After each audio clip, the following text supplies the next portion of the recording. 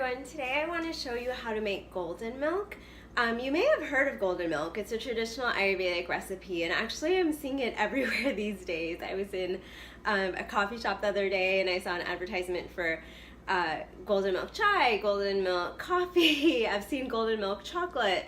So golden milk is actually a traditional Ayurvedic recipe, and what makes it golden is turmeric, the yellow color of turmeric. And golden milk is, I drink it especially in the wintertime when it's really cold outside and when my body is more susceptible to picking up like a cold or a flu. So I've had a cold the past week, and so I've been making golden milk every single day, and I wanted to just take a moment to share with you the benefits of golden milk and show you how I make it. So like any recipe, and like anything in Ayurveda, there's an art and science to it.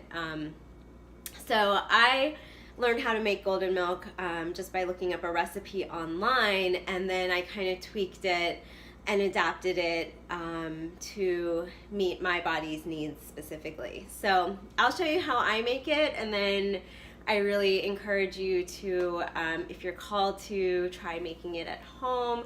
Just kind of play with the amounts of what you're adding and play with some of the ingredients.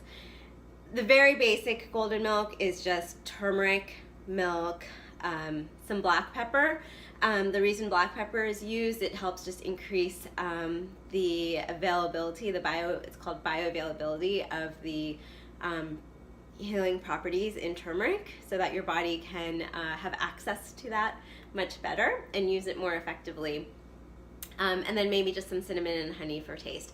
I add a couple other things. Let me show you how I do it, okay? So golden milk obviously uses milk. Now I am generally vegan. I'm about 95% vegan, and the main exceptions I make are for Ayurveda.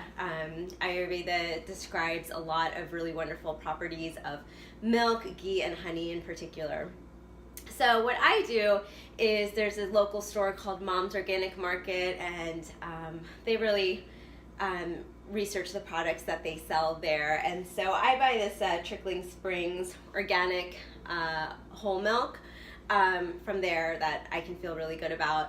If you are vegan, you can also make this just as easily with almond milk. I've done that plenty of times. So and if you do use regular milk, I recommend full fat whole milk and organic.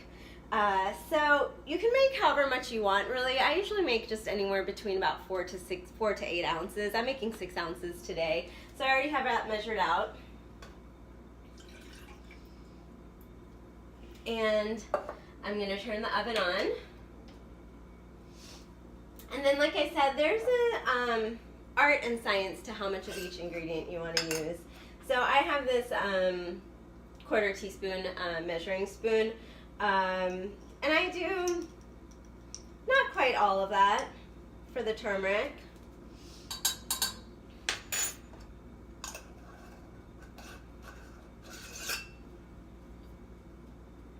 And then I add a pinch of black pepper, like I said, just to increase the availability of the healing properties of the turmeric.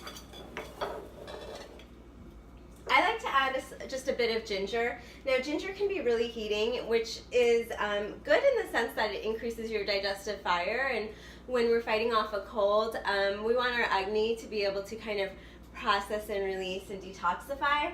At the same time, ginger can also increase our pitta, that fiery element. So if you have a lot of that fire element in the way of something like acid reflux, then you may want to not do quite as much ginger. I also like to add a little bit of saffron. Saffron has, if you can see it in there, there you go, it's little red strands. And it's very sattvic, which means that it has very purifying qualities. It's also very nourishing, just kind of helps to rebuild your tissues in the body.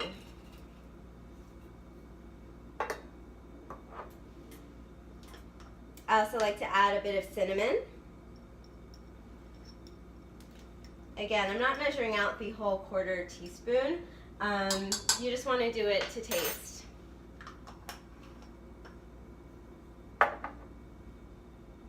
And then I like to whisk it. All of these ingredients tend to kind of like to clump together. So I like to whisk it just to break it up.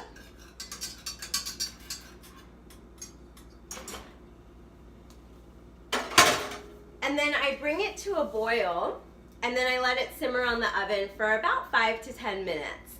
I take some honey, I go ahead and I put that in my teacup. And then once it is ready, I pour it into my teacup, mix it with the honey, and enjoy.